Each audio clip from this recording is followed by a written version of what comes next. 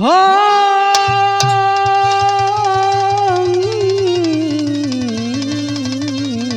रहा।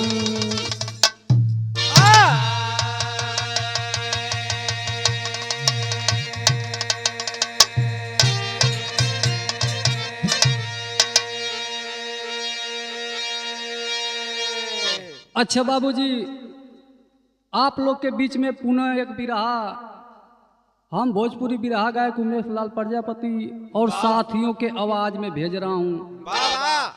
आप लोग ने एक साल के अंदर हमें इतना प्यार दुलार आशीर्वाद दिए जिसकी उम्मीद नहीं थी। आशा है कि जैसे हर बिरहा के पसंद करेला लोग वैसे ही यू बिरहा के पसंद करबा और आपन प्यार दुलार आशीर्वाद देबा। कवि जी 4 लाइन भूमिका से संकेत कैला मास्टर जवन आदमी कमलेश भैया। हाँ भैया। बस अपने फायदा के बारे में सोचेलन दूसरे के कहले पे कुछ गलत कदम उठा देलन। हाँ हाँ। ओ लोगन बदे कवि जी 4 लाइन लिखत हुआ। आवा मास्टर।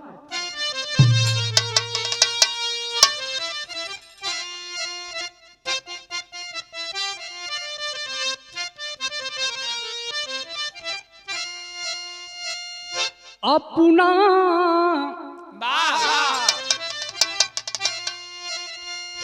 अपना फूल खिलाने की चाह में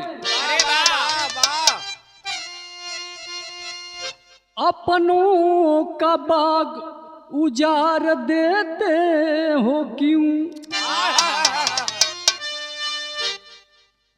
बस अपने स्वार्थ में पड़ के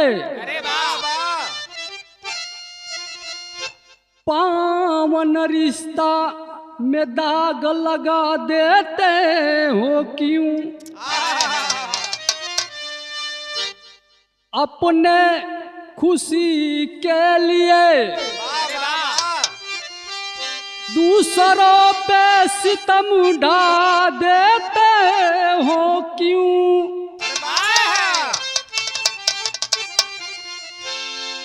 ढोंगी तांत्रिक पे विश्वास करके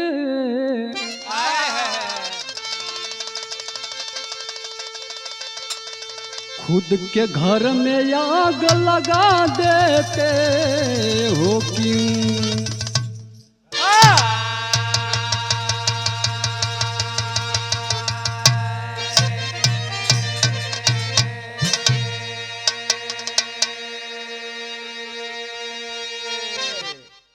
ए बाबूजी, जितना लोग पढ़त हवन उतना अंधविश्वास के ओर बढ़त हवन। इस बिरहा को अगर आप पूरा सुनेंगे, जे भी भाई सुनत है वाकई में उनको लगेगा कि पढ़े लिखे भी मूर्ख इस दुनिया में पड़े हैं। बिरहा में बड़ी सुंदर गजल का संकेत के ना मास्टर कवि जी।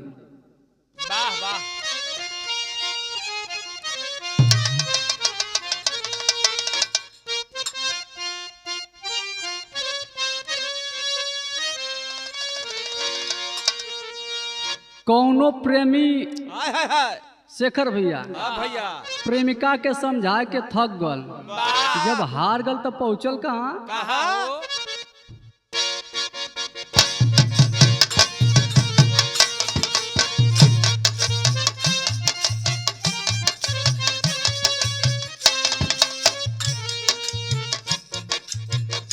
आए खुदा तुझसे यार जी लगा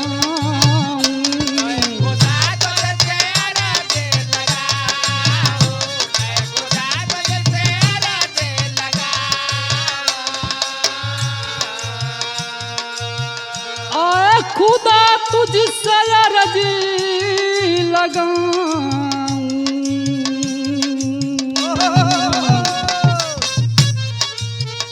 आए खुदा तुझसे अर्जी लगाऊं, ओ मुझे मैं उसे भूल जाऊं।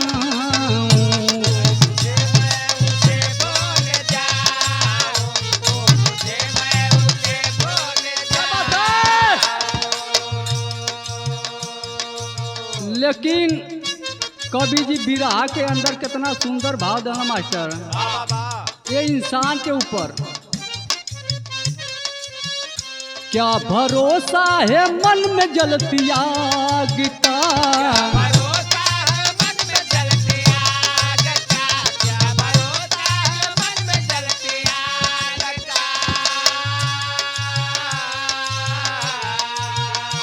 क्या भरोसा है मन में जलती आग का, कब जला देगी घर आपका।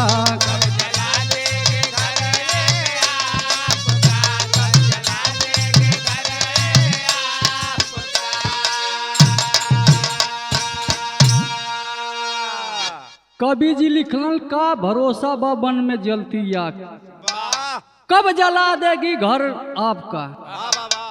आग कई प्रकार का होले, हवस का आग, चाहत का आग, एगो हवस वाली आग भी देखे में लगल कि नहीं इनके अंदर हवस समा गई।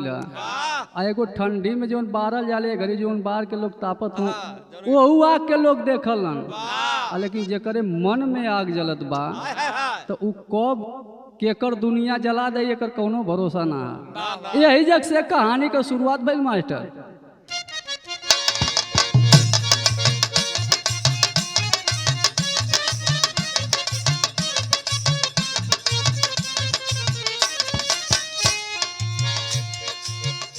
शिक्षा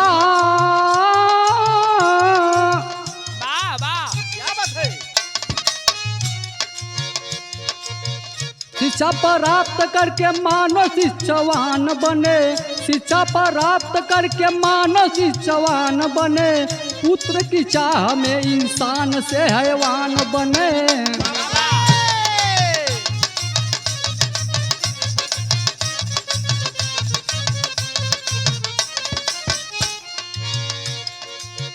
उत्तर प्रदेश जिला अमरोहा की कहानी है, उत्तर प्रदेश जिला अमरोहा की कहानी है, थाना आदमपुर की हुई बदनामी है।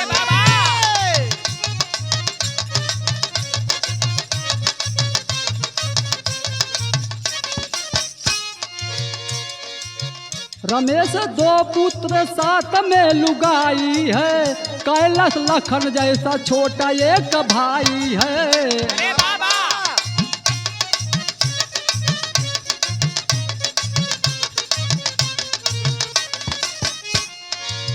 कैलाश की दुल्हन बन प्रेमवती आई है, दो लाल खोने पर आंसू बहाई है।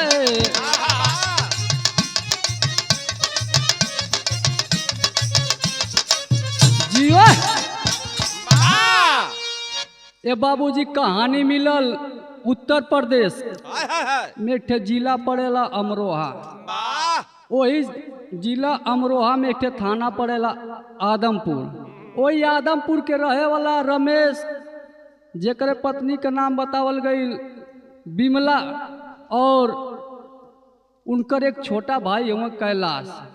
जब कैलाश का शादी भइल, दुल्हन अली प्रेमवती, दोनों जानी के प्यार में कुछ दिन के बाद दूगो औलाद का प्राप्ति भइल।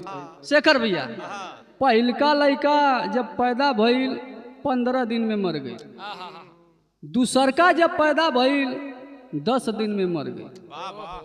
अब प्रेमवती जब रही एकदम कठोर दिल करके जिंदगी जियत हई। एक दिन सवेरवन नहा धो के गईलीन घरे में, आ घरे में जाके फटुआ कुनी अगरबत्ती देखावती, आ एगो सवाल करती वो फटुआ से। सवाल का करती मास्टर, यहाँ गीत लगत।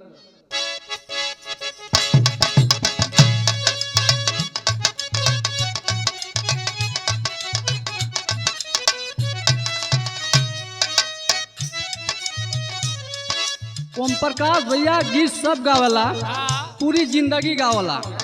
केहू कहू का गीत ऐसा होले कि एक गीत से पूरा जिंदगी बन जाले। इहो गीतिया हमारे बड़के भैया प्रमोद लाल यादव गाजीपुर वाले को, यही गीत से उनका जिंदगी बन गई, पहचान मिल गई, गौले रहलन। सब कर खुनावा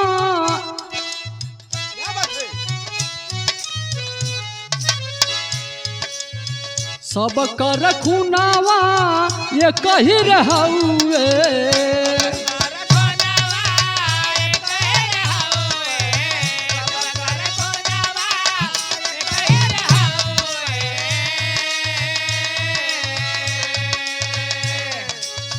सब कर खुनावा ये कही रहउए धरमावा अलगा अलगा बा धरमावा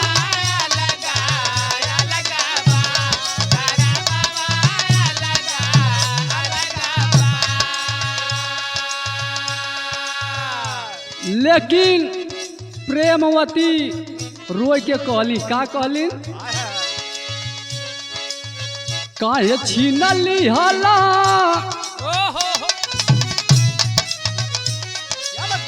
काहे छीन लिहला देई के ललनावा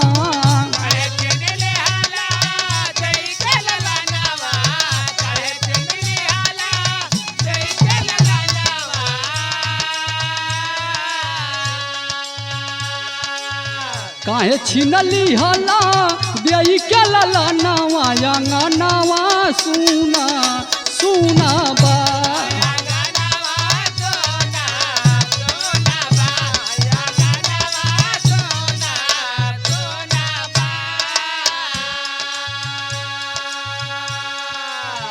कहली प्रभु अगर तोके छिनही के रहत 2 या 4 दिन में तो हमके ना देले होता एकदम ई रहत कि हमारे औलाद भैल ना हुआ। एक बात बड़ी ऊंची कहली मास्टर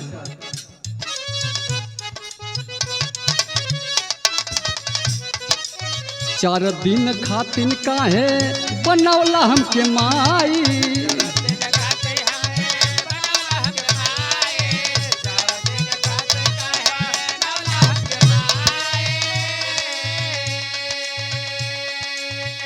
एकरा से नीक एकरा से नीक रहती बाजिन कहाई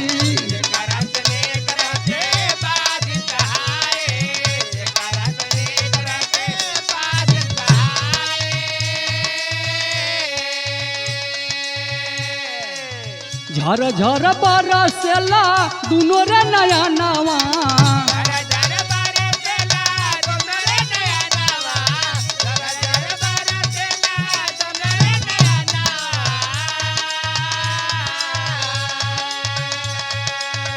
झर झर बरसेला दुनो रे नया नवा यांगा नवा सुना सुना बा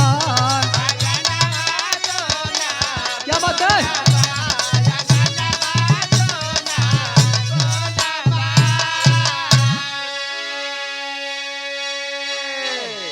ए बाबूजी प्रेमवती जीवन बा की बड़ी उदास जिंदगी जियत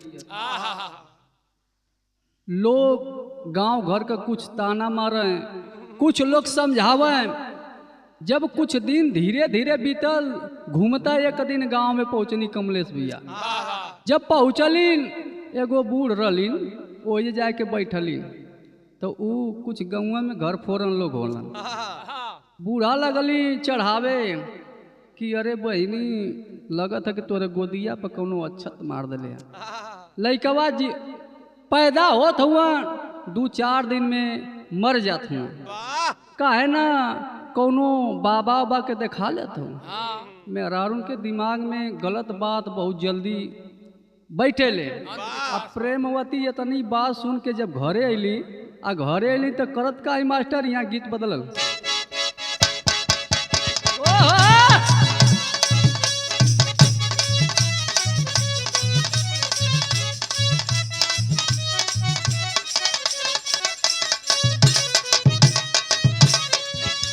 एक गीतिया बड़ी पुरान बा लेकिन एकरी नहीं हो गई बिचवा में कौनो मेहरारू के मन से दू चल गल परदेश ऐसे ही गौरी भैया नियर चल गल प्रोग्राम गावे देवर पहुँचल हमारा ही नियर पूछल का है भौजी बड़ा उदास बारू का बात बा बतावे भौजैया का बतावे कह भौजैया गोइले जब से बहरा याद आवे बारंबार हो चिड़ैया बन के उड़ गईले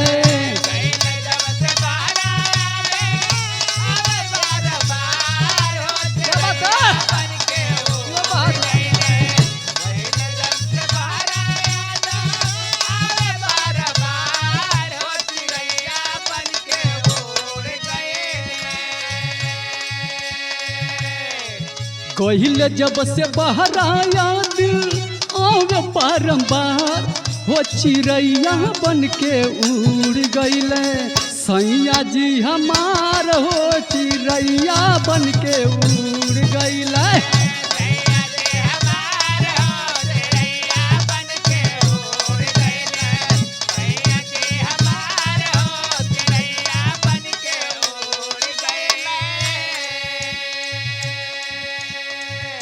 लेकिन बिरहा के अंदर का होता कवि जी भाव में लिखलन कुछ लोग के बात सुनी करली विचार हो स्वामी से अपने कहे लगली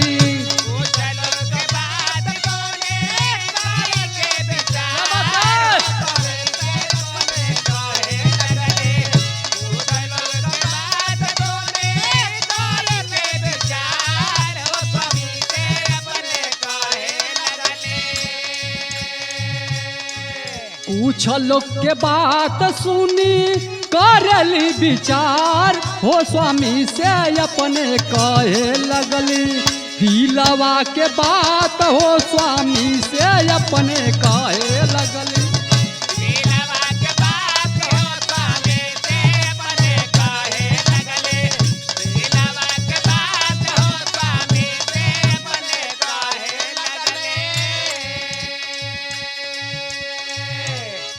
प्रेमवती रतिया को खिया पिया के अपने पति देव के यानी कैलाश के पैरवा दबावत ये कली ये जी सुनी न गौवा का चाची ऐसे ऐसे बतियावत रही कहला ना हो ऐसा कोनो बात ना हो ऐसा बात तो दूगो भगवान दे हल न आ ना हुआ तो का भइल हमारे भैया का दूठ लड़का हुआ न उन्होंने के अपन जनिया लेकिन प्रेमवती एगो औरी बात कली का कली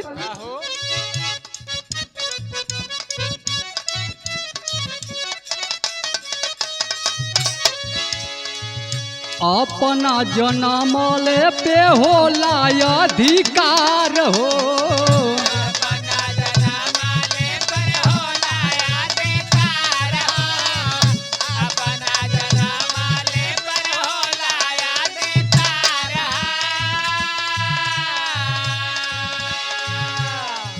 भाई के लइका नहीं होई है तोहार हो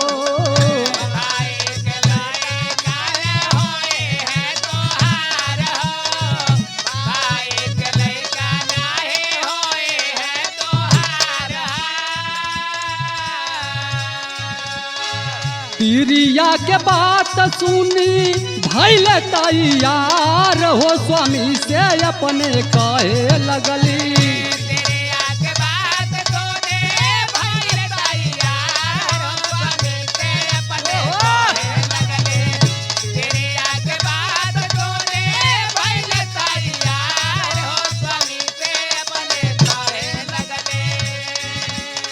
तिरिया के बात सुनी भइल तैयार हो स्वामी से अपने कहे लगली दिलवा के बात हो स्वामी से अपने कहे लगली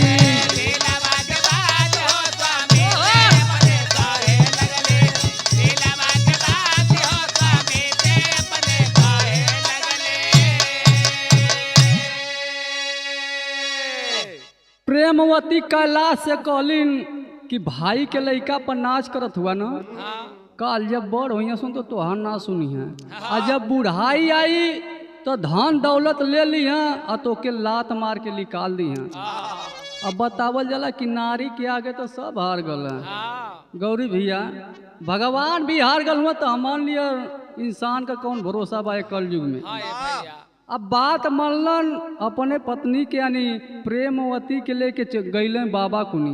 आ जब बाबा कुनी गईलन तो ये लोग करत का हुआ यहाँ गीत बदलत है।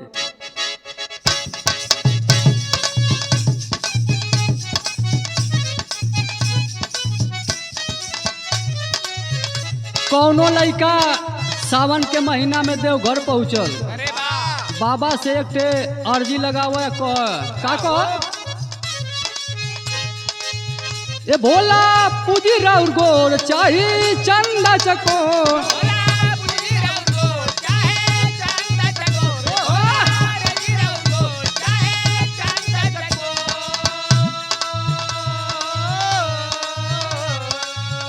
ए भोला पूजी राउर गोर चाही चंदा चकोर, नाही दहेज में मांगी ले फारचून। सब हो हुनर में हरारू चाही सुनर।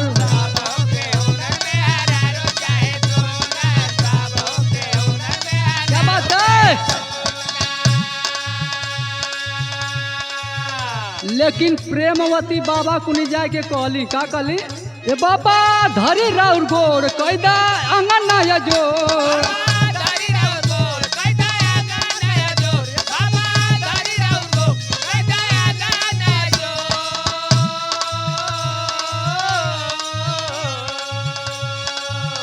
बाबा धरी राउर गोर कैदा अंगना या जो, गोदिया के लाल जब हमरे जी जाई, मुँह मांगल दाम बाबा तोहे हो दियाई।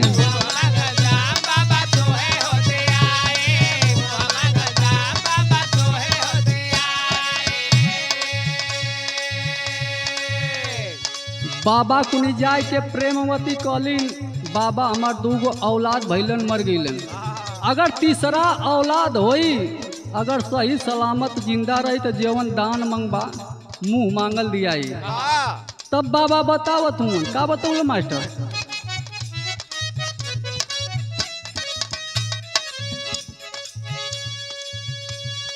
दुख तो हर बेटी सब कटी जाई हो,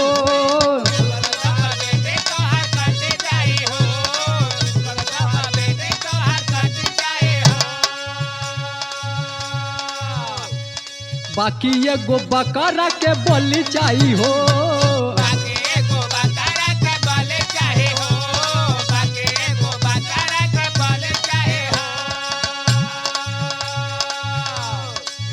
रही नंगा तो हटन खूना लागी अंग अंग,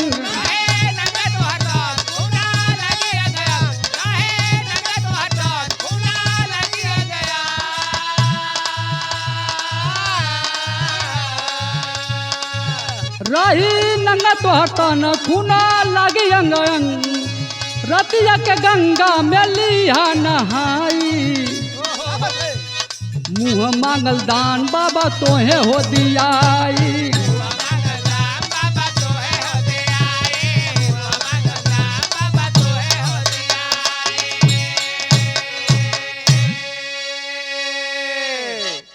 कहना बाबा बेटी तोहर सपना पूरा हो जाई, लेकिन एक ठे बकरा का बलि चाहिए और वो अतवार मंगर के दिन बलि दे के बकरा को ओकर खून जवन रोप के राती का गंगा जी के किनारे जाए के और वो खून से पहले नहिया और ओकरे बाद जवन की गंगा जी में नहा लिया तो हर एक मनोकामना पूरी हो जाए।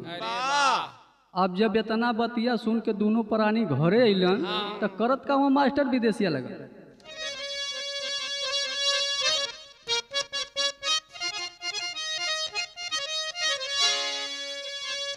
एक दिन रतिया के ढोंगी वाली बतिया से बकरा के लेके अइलन गंगा जी के तीरवा। एक दिन रात को अतवार देख के दोनों प्राणी एगो बकरा किलन आ पहुँच गई गंगा जी के किनारे। ओ बकरा के कटलन दोनों जानी मिल के बाल्टी में खून रोपलन आ खून रोपले के बाद जो है कि प्रेमवती पूरा कपड़ा निकल ली। आई जो कैलाश बनन अब धीरे उससे ऊपर से डाले शुरू कैलम ब्लड, पूरे अंग पे पूरा ब्लड लगा, जहाँ नहीं लगा था अपने हाथ से लगाए। अरे वाह, ये दृश्य के देखत के रह गंगा माई। अच्छा। सोचा है का सोचा, तन को न दया आइल, अरे रोवेली गंगा माई, बकरा के खुनावा से कैली नहनवा। गंगो माँ सोच रही है बाहर इंसान इस धरती पे क्या से क्या देखने को मिल रहा है। अब उस जितना बाबा बतौले रहलन पूजा पाठ कर के लोग घरे अलन, पेट में बच्चा पलत बा प्रेमवती के।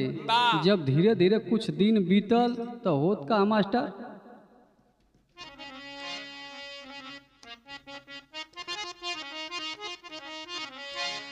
प्रसव पीड़ा वाली एक दिन उठली दर्दिया हो, फिर एक बार भइल मरल लालनवा। जैसे 7वां महीना लगा प्रसव पीड़ा वाली दर्द उठल, आ दर्द उठल तो हमेशा तो जिंदा बच्चा पैदा होते थे, लेकिन इस बार प्रेमवती के मरा हुआ एक लड़का पैदा होता है। प्रेमवती एकदम गम में डूब जाती है, पूरा परिवार गम में डूब जाता है कि वाह क्या हो रहा है इस प्रेमवती के साथ। इस बेचारी को भगवान जिंदा रखना चाहते हैं या मारना चाहते हैं। ए बाबूजी, लेकिन बतावल गया कि जो लिखल रहला वो होके ही रहेला। अब धीरे धीरे जब कुछ दिन बीतल तो कभी जी टेरी में भाव दे तुम मास्टर।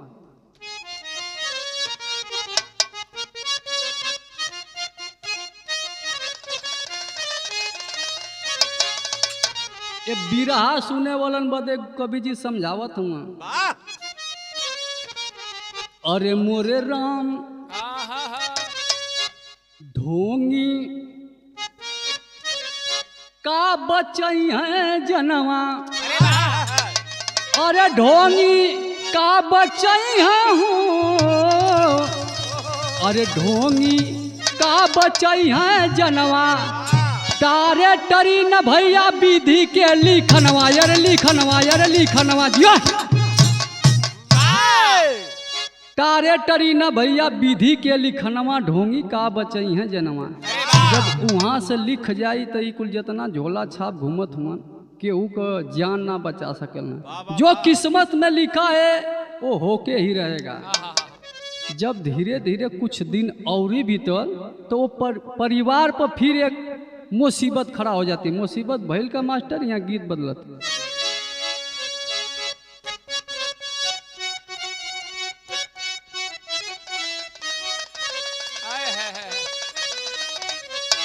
एक गीतिया के माई बहन गावेली, मन के माटी के गीत गावली मास्टर। निबिया के प्यारा जानी कटी हुए बाबू, अरे निबिया चिरैयन के बसे रहूं। एक लाइन और गावली, अरे होता बिहान उड़ी जई है चिरैया, आ रही जई है निबिया के पेड़ हो।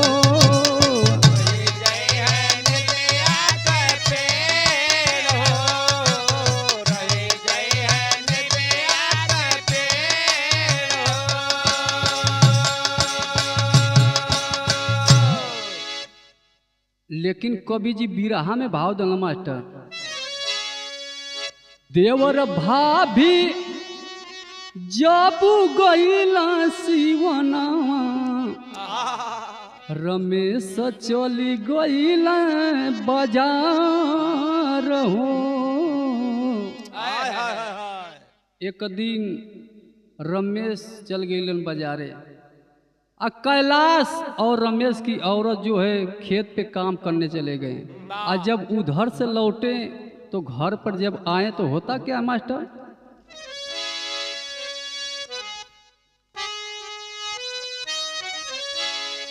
अइले जब घर नाही पवली ललनावा,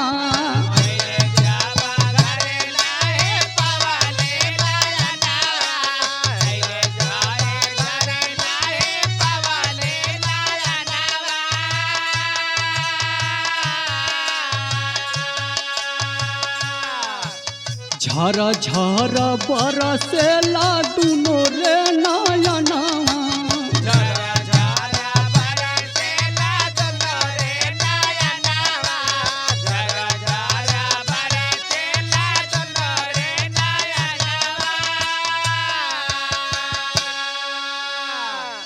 गाँव घर मिली सब खोजला सिवनवा, पापा रोवहियारा के फार हो। रमेश का दुल्हन जब घरे अलिन तो देखलिन कि ओकर जो 4 साल का बेटवा यश बा सुताई के गईल हली दलनिया में, बेटवा ना। रमेश चल गल हुआ बाजारे, उनके खबर पहुँचल, दौड़ल भागल अइलन घरे, गांव घर मिल के खोजलस लेकिन बेटा कहीं मिलल ना। और जब बेटा कहीं मिलल ना तो गई न दरोगा जी के पास, और दरोगा जी से कंप्लेन कईना और हाथ जोड़ के दोनों प्राणी कहलन कि दरोगा जी जितना दौलत चाहिए, हम गरीब हैं लेकिन कहीं से भी करके अपने औलाद के लिए ला सकते हैं, लेकिन मेरा औलाद खोद दीजिए, क्योंकि हम 2 भाइयों के बीच में हमारा 2 ही औलाद है। जब इतना बतिया दरोगा जी सुनलन तो कैलन का मास्टर पपट लगत है।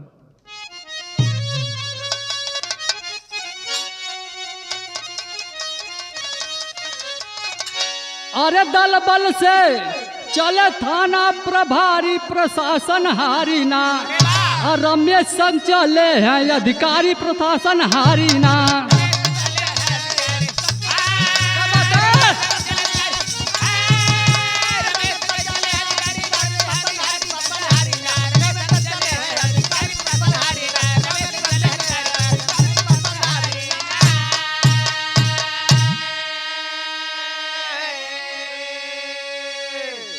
रमेश के साथ ही दरोगा जी अपने पुलिस को लेकर चल दिए गाड़ी लेकर, और गांव में अइलन तो कैलन का एक एक व्यक्ति से साहब लिहला बयान हो, धरती खा गईल की खा गया आसमान हो, मिलाना सबूत पुलिस भइला चारी प्रशासन हारी राम, और रोवला झर झर बाप महतारी प्रशासन हारिना।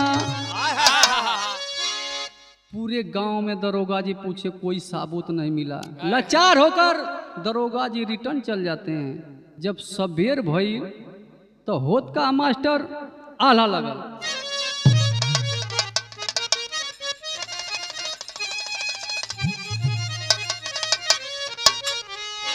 लाख चतुराई करे चाहे कवनो आदमी भैया,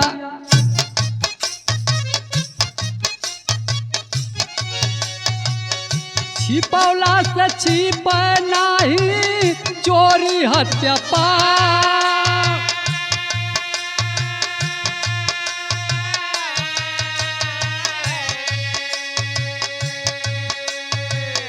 एक दिन भोरावा में घटल बा घटनवा बाबू,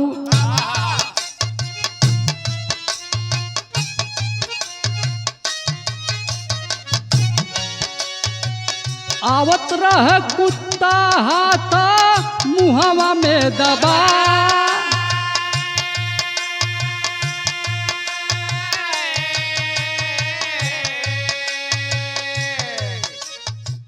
तब तक गौआ के लोग देख गईल पंचो,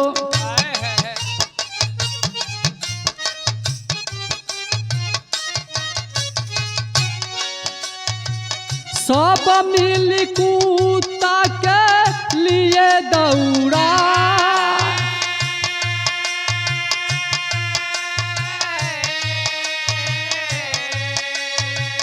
पाई के खबर तबू रमेश आई गईल भैया,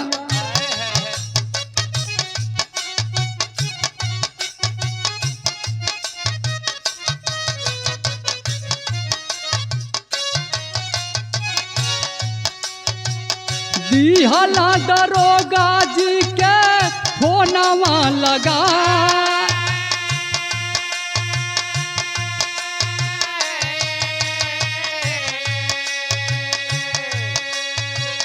फूफा के मानावा में शंका समैली बाबू,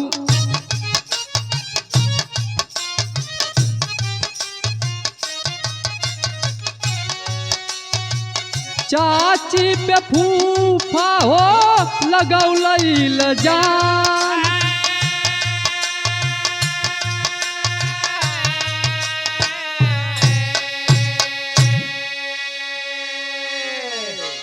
भोरवे में गांव के व्यक्ति गईलन सिवान में, तो देखल कि एक कुत्ता के मुंह में एक पंजा दबौले भागल जात बा, ओके दौड़ौलन, जब देखलन दौड़ात के 2-4 लोग दौड़ौलन, कुत्ता पंजा छोड़ के भाग गल, तुरंत फोन कैलन रमेश के, रमेश अलन लगल रोवे, छाती पीट के कि कहीं ना हमारे बेटवा कहीं हथवा ना होकर, तब तक अलन दरोगा जी के फोन लगौलन, जब दरोगा जी के फोन लगौलन, दरोगा जी अलन तो लगल पूछ जांच करे कि किधर से कुत्ता आया किधर गया, लेकिन कोई बता नहीं रहा है, सब लोग रो रहे हैं, लेकिन जो चाची प्रेमवती बा ओकर कुछ अलग मुखड़ा दिखत बा, जो फूफा रहना कैलाश को वो चाची पर शक गई, दरोगा जी से कहना कि थोड़ा दरोगा जी उनसे पूछिए, सख्ती से पूछिए।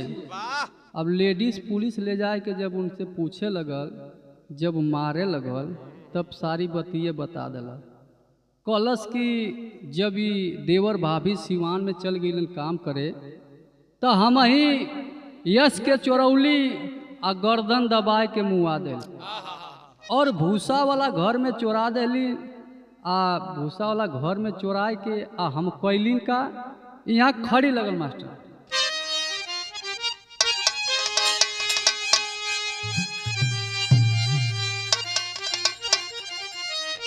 अरे मुआ के नसीम अली के फोनवा लगवली साहब, आधी रतिया के हम ही बोलौली साहब,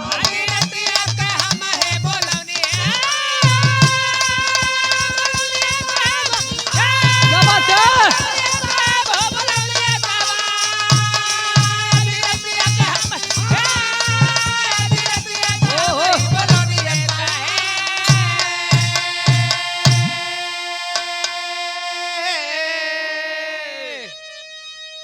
प्रेमवती कली साहब मुआ के भूसा वाला घर में चोरा देली, जब सब गांव का घर का खोज के सूत गई, आधी रात का फोन लगा के नसीम अली ढोंगी के बोलौली, अब बोलौली तो कैलिन का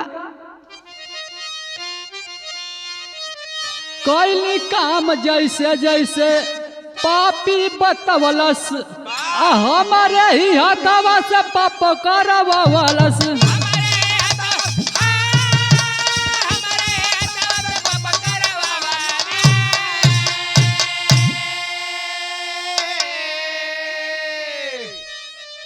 अरे हम ही बोटी बोटी कटलिए साहब, आधी रतिया के हम ही बोलवलिए साहब,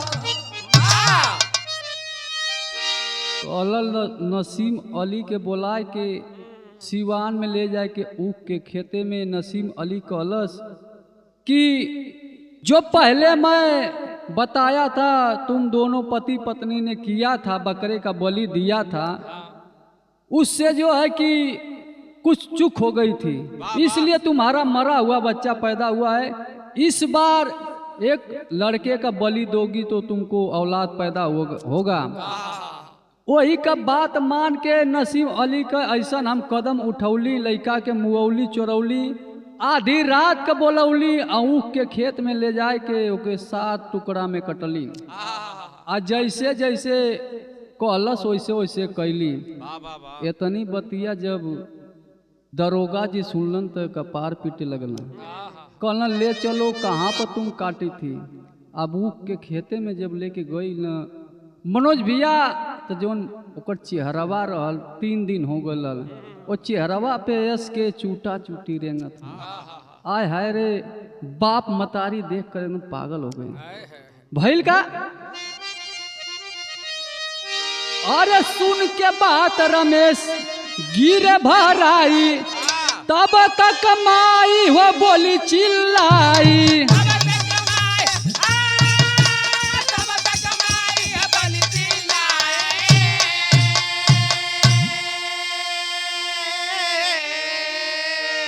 अरे पावन रिश्ता ने दगिया लगावली ये साहब, आधी रतिया के हम ही बोलवली ये साहब।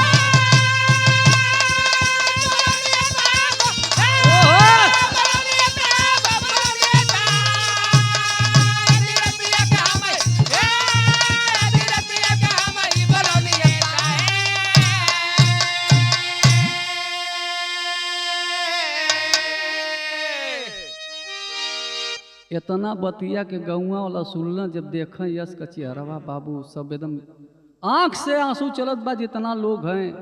और माँ बाप का तो हाल पूछो मत, क्या हाल, बेहोश हो जा रही है माँ। लोग उठा रहे हैं बार बार बेहोश हो जा रहे। दरोगा जी कैलन का वो ढोंगी को भी पकड़े, प्रेमवती को पकड़े, और जो उसका पति था कैलाश उसको भी पकड़ कर लेकर गए जेल में। और वो दोनों को कानून के हिसाब से जो सजा मिली वो जेल में अंदर डाल दी। अब आगे क्या हुआ होगा, कौन सी सजा वो लोग को मिली होगी, ये शासन प्रशासन के हाथ में है। जब तक बिरहा लिखी गई इतना ही कहानी मिली। तो हमार कहना है आप सभी प्रेमियों से, जे भी भाई बिरहा सुनत है तो अपने दिमाग से भी कुछ सोचा लो, ई ना दूसरे के कहले पर कौनो कदम उठा ले, कुछ सोचा लो। यहीं से हमार बिरहा समाप्त भइल। गुरु घराने के पर्चे लगा मास्टर।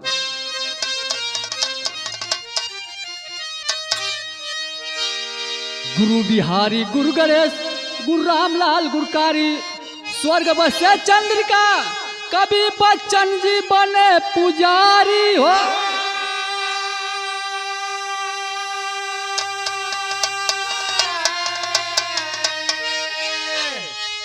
अरे ढोंगी का बचैया जनवा, उमेश रामा कवि के ही है बकहनवा। ढोंगी का बचैया जनवा।